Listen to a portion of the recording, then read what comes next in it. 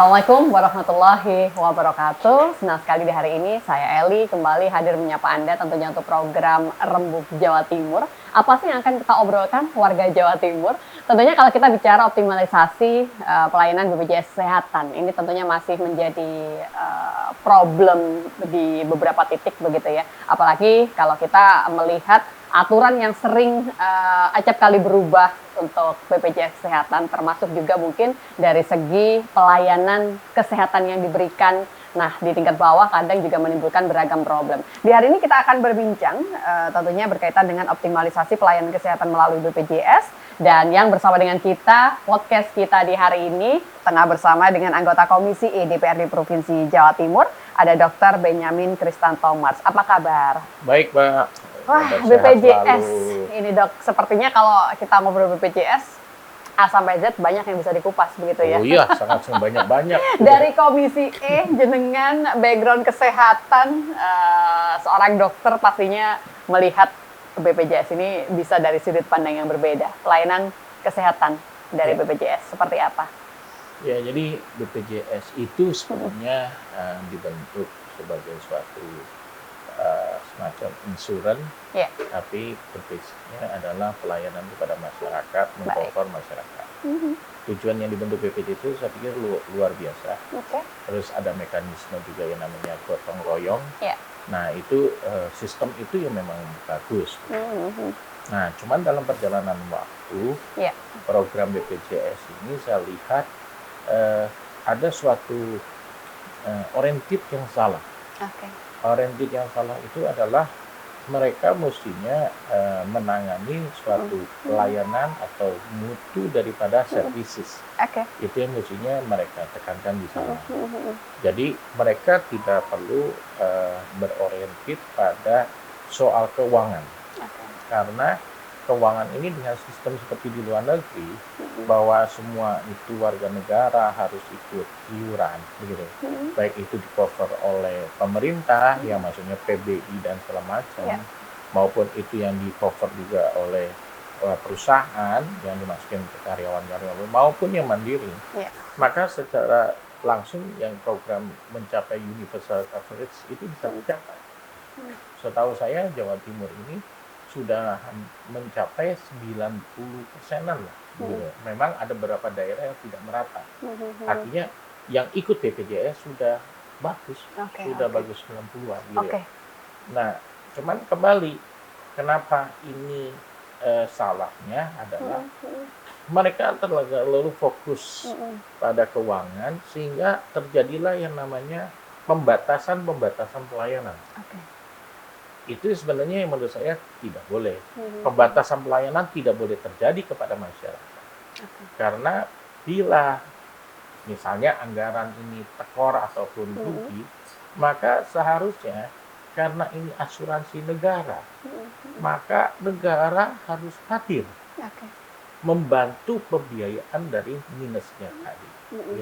Sehingga yang diutamakan adalah pelayanan, bukan pembatasan dengan beberapa pelayanan. Berarti ketika masih belum bisa maksimalnya pelayanan yang diberikan, faktor yang menjadi penyebab itu juga lebih pada itu tadi ya, Dok? Betul. Dari segi anggaran. Iya, karena mereka, ya mohon maaf teman-teman BPJS, mereka akan melakukan efisiensi dalam hal misalnya ada 144 penyakit yang tidak boleh diberikan dilayani di rumah sakit dulu, tetapi harus di vaskes tingkat 1. Saya sering diskusi, saya sampaikan salah satu penyakit, misalnya febris convulsion. Febris convulsion apa itu? Kejang demam. Nah, di situ ada aturan, panasnya mesti tinggi lebih dari 40 derajat. Apakah anak kita, jadi misalnya itu anak kita, kejadian pada anak kita, apakah anak kita itu kita biarkan dia harus sampai 40 baru terlayani? Ya, nggak mungkin. Begitu anak kita itu udah 38, 39, pasti kita kan kasih obat. Begitu kita kasih obat, pasti dia turun. Jadi tidak akan mencapai pada suhu 40 derajat karena sudah diberikan obat paracetamol dari warung atau dari rumah dan segala macam. Lalu kejangnya pun kadang-kadang ada, kejang baru 1 kali aja nggak apa-apa gitu. Nah, itu secara teori gampang. Tapi itu kalau terjadi pada keluarga kita akan mencelak pasti. Gitu, itu aja. Makanya saya suka bilang, waktu saya diskusi dengan BPJS di pusat, saya suka bilang, kebetulan saya ini, Mbak Eli, angkatan tua. Angkatan tua tuh, artinya saya sudah 31 tahun lalu, sudah jadi dokter.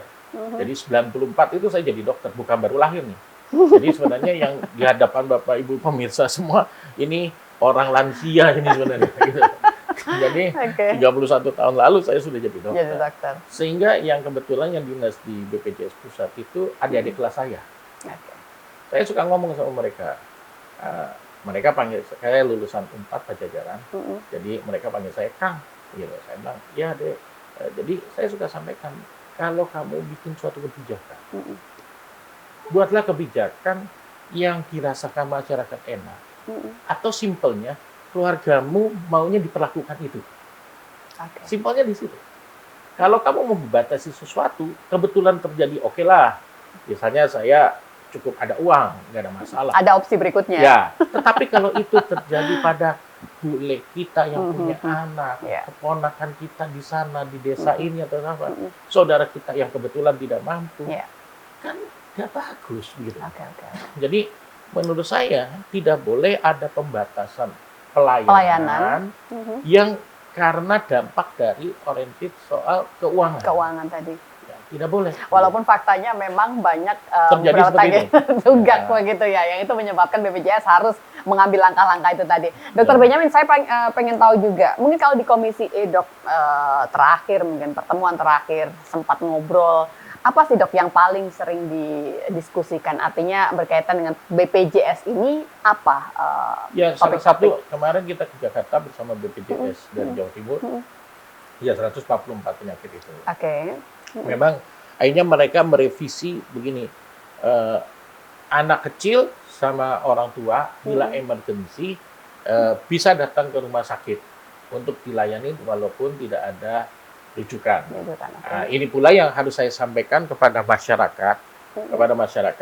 Jadi istilahnya memberi revisi sedikit dari 144 itu berupa kalau ada anak kecil yang memang butuh penanganan masuk kategori emergency, maka dia harus dilayani di rumah sakit walaupun tidak ada rujukan. Karena saya suka bilang, kan banyak teman-teman ini juga dipaksakan masuk vaskesnya ke puskesmas. Karena yang tadi saya bilang, puskesmas orientednya juga salah, bukan preventif proaktif, tapi sekian ratus ribu kapitasi, 200.000 kali 7.000, 1,4 M dapatannya. Jadi puskesmas bukan preventif proaktif, tapi seperti itu. Nah, itu juga yang saya suka ngomong sama puskesmas. Puskesmas kan kalau mau menguasai masyarakat, bukalah dia 24 jam. Masa kita kalau punya anak, terus misalnya jam 6 sore maghrib, dia panas, terus saya bilang, anakku nggak boleh panas. Ya, waktu panasmu besok pagi saja, karena puskesmas jam 4 sudah tutup. Jadi tidak boleh begitu. Ya, tingkatkanlah pelayanan itu 24 jam. Baru kapitasinya bisa besar. Kalau dia tidak 24 jam, jangan. Karena rujukan itu penting. Nah, tapi sudah dibikin terobosan baru, anak kecil dan lansia, kalau seandainya emergensi boleh tanpa rujukan, dilayani di rumah sakit. Ini pun saya harus sampaikan teman-teman Garuda, makasih Garuda TV, bantu sosialisasi. Untuk apa? Jangan sampai, kadang-kadang berapa rumah sakit nakal. Ada aturan begini, udah dibuat, begitu masuk, wah, nggak ada rujukan. Berarti kamu mesti bayar umum. Bukan. Dialihkan ke umum. Sehingga akhirnya masyarakat harus bayar. Itu juga kasihan. Dok, kalau bicara soal 144 tadi, seperti apa Dok Jawa Timur? Artinya siapkah ketika memang ada perubahan aturan baru? Itu berarti kan harus banyak yang dipersiapkan, termasuk tadi tingkat 1, Vaskes tingkat 1. Apa mungkin evaluasi yang bisa diberikan, Dokter Benyamin? Kalau mereka berlandasan begini, 144 itu sudah dilatih kepada dokter-dokter. Sehingga dokter-dokter itu bisa mengobati 144 penyakit. Betul argumentasi mereka, betul. Dokter dilatih bisa ngobatin 144 penyakit. Tetapi kan masalahnya kondisi dari setiap penyakit itu macam-macam. Misalnya Mbak Eli, sakit tipes. Betul, saya bisa ngobatin Mbak Eli dengan penyakit tipes. Tapi masalahnya, Mbak Eli tiba-tiba panasnya tinggi, nyeri perut sekali, takutnya ada tipes namanya perforasi, ususnya pecah. Kan berarti penanganannya tidak bisa lagi di vaskes tingkat 1, walaupun penyakitnya sama-sama tipesnya. Nah, jadi artinya 144 penyakit itu, penyakitnya itu bisa diobati oleh dokter, tapi kondisinya itu bisa levelnya beda-beda, ringan, sedang, berat. Begitu. Oke, dan itu tentunya berbeda begitu ya, dan kita masih akan lanjutkan kembali nanti, dokter.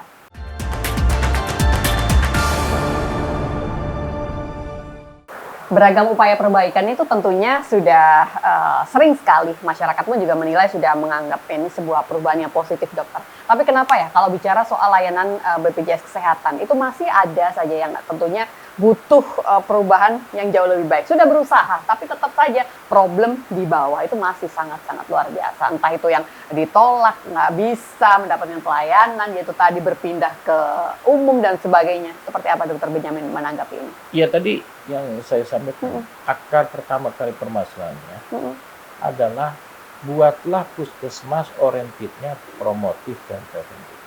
Itu dulu. Kalau seluruh masyarakat kita itu hidup sehat dan dia sehat, mau dia berobat? Nggak mungkin juga. Untuk apa dia berobat? Orang dia sehat kok. Begitu. Makanya itu juga kebalikannya. Saya suka sampaikan pada BPJS. Begitu. Nggak ada tuh orang yang sehat datang ke rumah sakit gaya-gayaan minta, saya mau sakit. Nah, nggak ada. Jadi artinya kalau ada seseorang datang ke rumah sakit, pasti dia sedang sakit dan membutuhkan bantuan. Begitu. Jadi bukan dia gaya-gayaan, kalau ke restoran lain cerita, mungkin dia pengen makan begitu apa. Ini orang dia sakit kok. Dok, bagaimana kalau begini, BPJS teriak tekor di sisi yang berbeda, pemerintah mengatakan klaimnya sudah sangat luar biasa dan terselesaikan. Ini kan satu hal yang tidak bertemu titiknya, sedangkan masyarakat merasa belum mendapatkan pelayanan yang maksimal, dokter.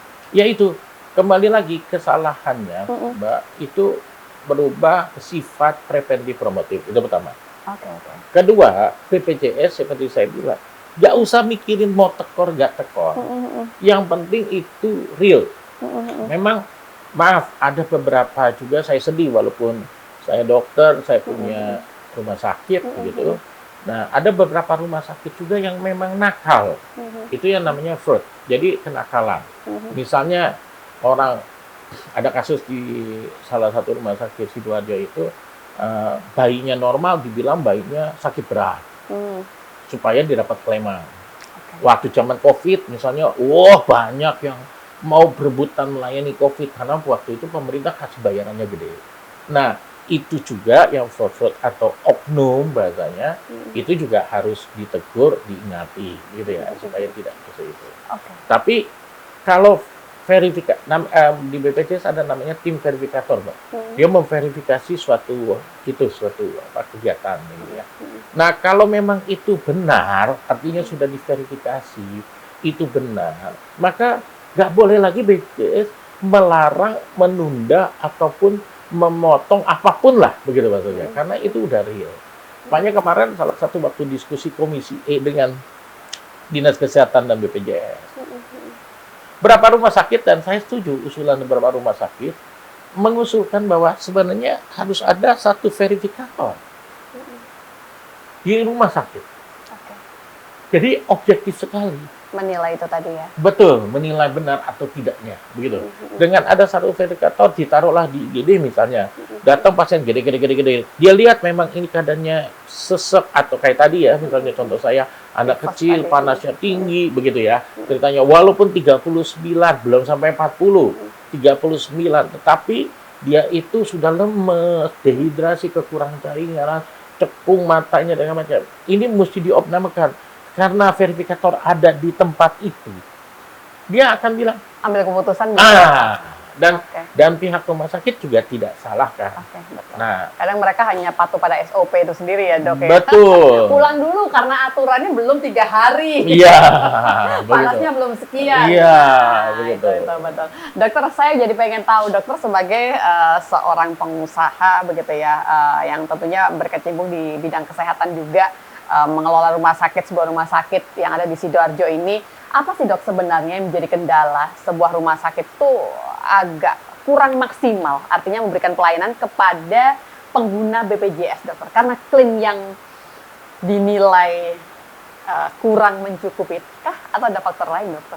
Ya, jadi kembali karena ujung-ujungnya UUD, ujung-ujungnya duit. Jadi yang jadi bermasalah itu adalah pelayanan itu akhirnya mau nggak mau harus mengikuti budgeting anggaran tersebut. Berarti artinya memang tidak seberapa besar, begitukah? Betul. Dinilai untuk memberikan pelayanan. Ya. Oh. Jadi kalau rumah sakit itu orientednya membantu masyarakat dan bukan oriented bisnis gitu ya. Sebenarnya dengan BPJS itu ya unda-undi, begitu, unda-undi. Banyak berapa rumah sakit pemerintah kita rapat misalnya dengan Dr. Sutomo kemarin dengan Saiful Madiun dan segala macam Sudono. Itu komplain karena klaimnya mereka belum dibayar. Bisa sampai miliaran. Nah, itu dia. Akhirnya sih dengan urun rembuk bisa terselesaikan. Begitu. Mbak tahu rumah sakit Sela Medika, rumah sakit yang kami kelola, demi membantu masyarakat tidak mampu, terutama BPJS, kadang-kadang selisih antara klaim dengan yang dibayar oleh BPJS itu sebulan bisa 100 sampai 150 juta. Jadi tinggal tadi ya, orientasinya apa? Iya, orientasinya apa? Begitu.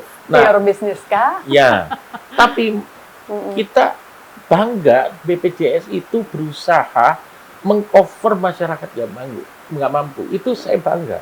Cuman janganlah buat kasus penyakit ini tambah banyak.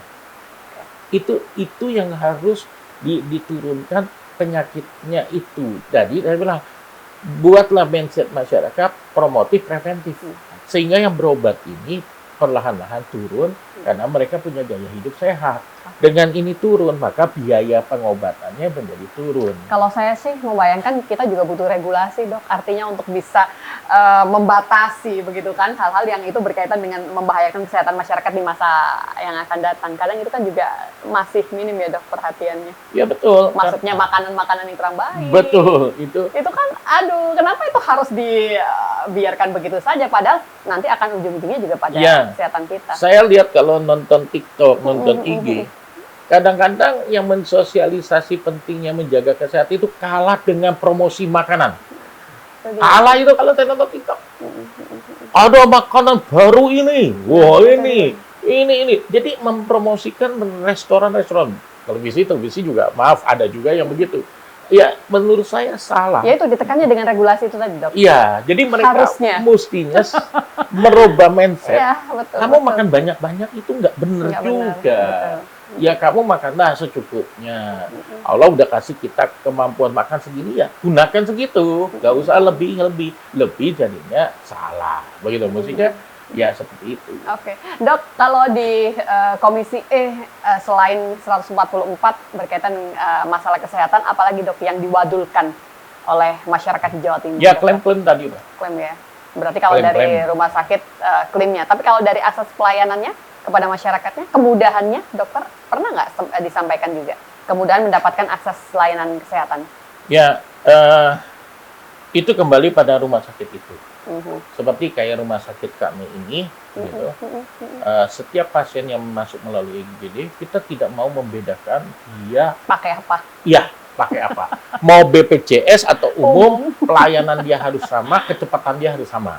Begitu ya. Jadi, tapi ada juga beberapa rumah sakit. Kemarin saya baru reses di suatu desa, daerah Kecamatan Sidoarjo, saya tidak enak sebut nama desanya. Apa temuan di sana, dokter? Pada temuan di sana, dia menyebutkan bahwa dia, yang tadi, dia membawa pasien PBI dari warga masyarakat, pamong desa, membawa PBI yang nggak mampu ini, begitu dicek, hidup BPJS-nya, nggak mati, tetapi karena tidak ada rujukan, disuruh masuk ke umum.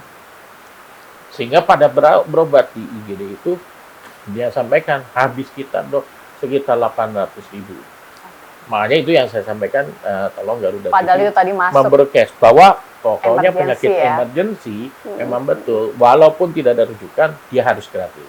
Nah, kadang saya jadi membayangkan juga dari apa yang sudah disampaikan oleh dokter tadi. Harusnya ketika masyarakat tahu, itu mereka bisa speak up ya dok. Berarti sosialisasi tentang ini loh, layanan kesehatan yang terbaru dari BPJS itu harusnya juga tersampaikan. Sejauh ini bagaimana dokter dari pihak BPJS untuk bisa menyampaikan itu semua? Anda melihat? Ya kembali lagi, BPJS itu harus membuat program-program sosialisasi kepada masyarakat. Saya lihat BPJS ini masih terfokus membimbing pada pertemuan antara klinik, pertemuan antara rumah sakit, tetapi belum ada pertemuan ke arah masyarakat. Ya, lalu untuk mencapai kepada masyarakat itu kembali lagi sebenarnya media-media itu harus dilibatkan, ya, supaya sosialisasi itu sampai ke merata kepada masyarakat. Di samping upaya melakukan sosialisasi yang harusnya bisa lebih masif, lebih gencar, lebih bersemangat begitu kan, sosialisasi langsung kepada masyarakat tentang akses dan juga layanan kesehatan, apa saja sebenarnya yang bisa diberikan dari BPJS Kesehatan, ini tentunya juga memperbaiki begitu kan, dari Vaskes tingkat 1. Ini pemerataan, seperti kalau kita bicara Jawa Timur, jangan cuma bicara soal Sidoarjo, Surabaya, Gresik, dan sekitarnya, tapi jangan lupa ada banyak sekali daerah-daerah yang masih sulit ya dok ya, untuk bisa mendapatkan akses dan juga layanan kesehatan. Seperti apa dok upaya pemerataan yang harusnya sudah mulai dilakukan? Ya, jadi supaya bisa menyentuh seluruh masyarakat, yang disebut universal coverage RI, mengcover seluruh masyarakat. Maka sebenarnya tidak bisa mengandalkan hanya pada puskesmas ataupun instalasi Vaskes pemerintahan, rumah sakit pemerintah dan lain-lain. Nah, pemerintah harus melibatkan klinik-klinik swasta. Karena seperti tadi yang saya sampaikan, salah satunya puskesmas aja jarang yang 24 jam. Iya, betul. Sepakat itu. Nah, apakah semua anak sakit ataupun orang dewasa sakit itu tidak bisa terjadi pada saat malam? Bisa saja penyakit itu datang sewaktu-waktu, begitu ya. Nah, oleh karena itu libatanlah berapa klinik-klinik swasta atau mandiri, yang memang bergerak 24 jam.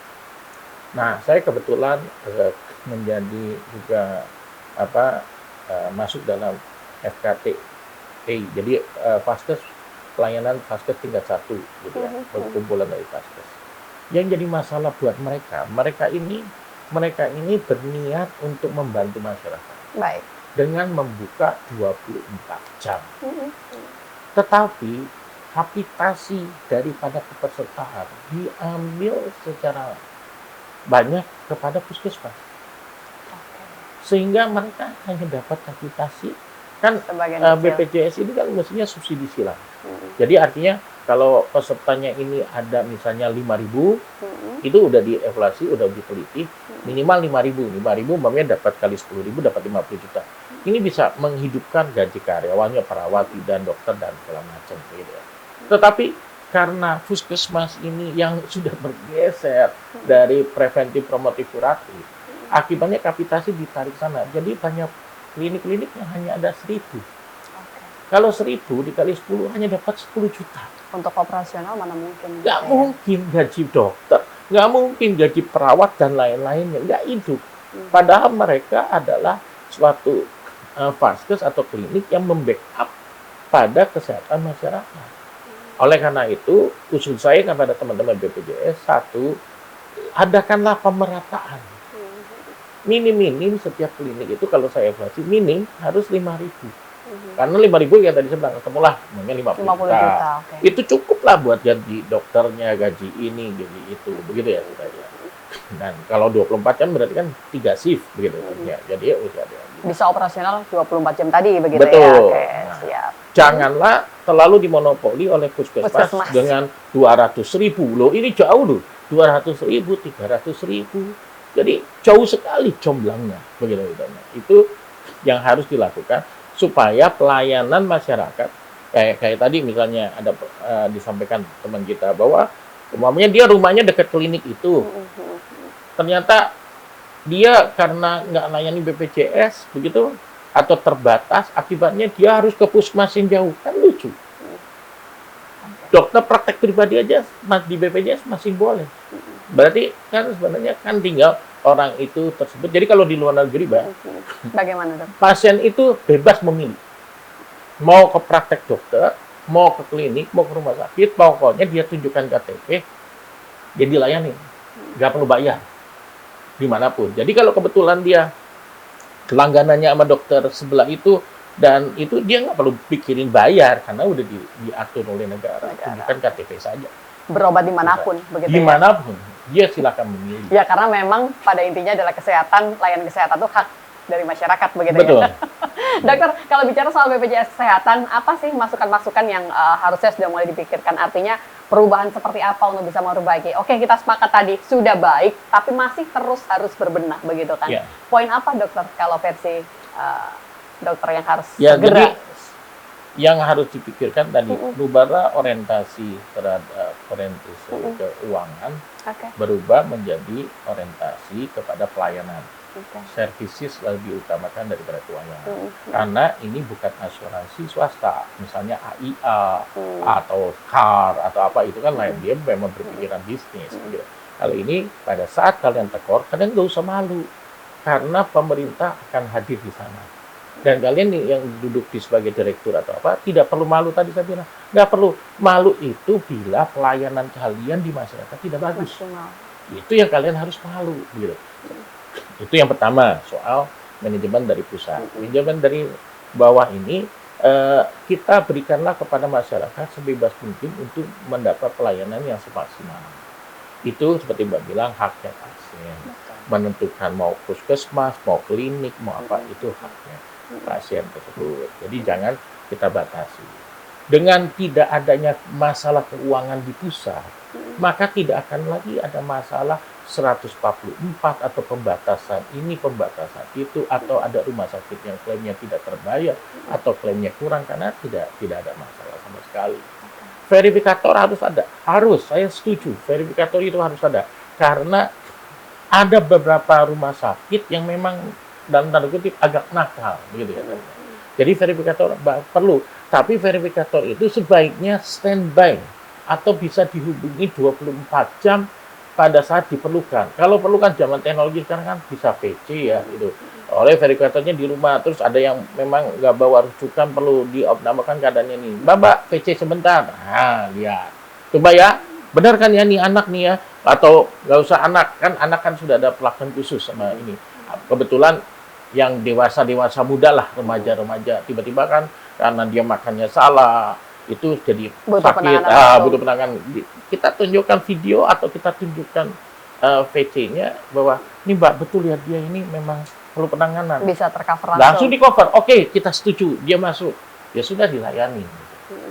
Baik, closing program Dok berkaitan dengan BPJS. Kita pengennya yaitu tadi membantu untuk bisa melakukan sosialisasi agar semua masyarakat ini bisa mengetahui secara detail informasi terkini berkaitan dengan layanan kesehatan BPJS ini, Dok. Ya, jadi dukunglah program BPJS ini. Jadi BPJS berniat baik mempokon seluruh kesehatan. Jadi kita masyarakat wajib mendukung program dari BPJS. Nomor 2, teman-teman BPJS Pusat, tolong konsentrasi bahwa kalian fokusnya pada pelayanan, bukan kepada keuangan. Di lapangan, berilah kepada hak pasien untuk menentukan vaskes manapun. Jadi BPJS tidak perlu membatasi kapitasi di klinik ini sekian. Begitu. Tidak perlu juga mempersulit klinik-klinik atau rumah sakit yang mau bekerja sama pada BPJS. Tidak perlu. Kasih buka aja pelayanan sebebas mungkin. Nanti kan kalau misalnya nih ada rumah sakit yang pelayanannya jelek, misalnya, tentu otomatis kan nggak ada yang datang ke sana. Otomatis kan dia akan kolaps dengan sendiri. Jadi nggak perlu dibatasi, berikanlah hak pada pasien menentukan tempat di mana. Kalau dia puas di situ, ya dia akan tenang. Tapi kalau enggak, ya seleksi alamiah saja. Jualan bakso boleh banyak. Aku suka bakso yang itu kan gitu aja, ngapain pusing. Jadi berikan kepada kapitasi maupun kerjasama sebebas mungkin, sebanyak mungkin kepada pelayanan. Jangan dibatasi. Kalau dibatasi, tadi pikirkanlah masyarakat yang pengen pergi ke klinik yang dekat dia, akhirnya nggak bisa karena dibatasi. Akhirnya dia mesti jalan ke 2 km atau 3 km tempat lain. Padahal ada 500 meter, dekatnya ada klinik. Nah, itu jadi tidak perlu dibatasi. Seleksi alamiah yang akan membatasi pelayanan mereka. Oke, gitu ya. betul, sepakat. Nah, itu yang berikutnya. Terus teman-teman yang emergency, saya sampaikan masyarakat, jadi BPJS sudah memodifikasi emergency buat anak-anak maupun untuk lansia sudah boleh walaupun tidak ada kartu rujukan, begitu ya. Cuman teman-teman juga maaf masyarakat juga jangan salah membaca ini. Saya sudah sosialisasi di masyarakat, jangan karena batuk pilek sedikit atau gatal-gatal datang ke IGD minta dilayani, karena itu kan bukan kasus emergency. Jadi kalau kasus emergency harus dilayani dan tidak perlu kena biaya apapun daripada rumah sakit. Oke, terima kasih sekali Dr. Benjamin untuk apa yang sudah disampaikan. Insya Allah begitu ya, apa yang kita perbincangkan di hari ini bisa memberikan manfaat untuk kita bersama. Saya Eli, pamit undur diri. Wassalamualaikum warahmatullahi wabarakatuh.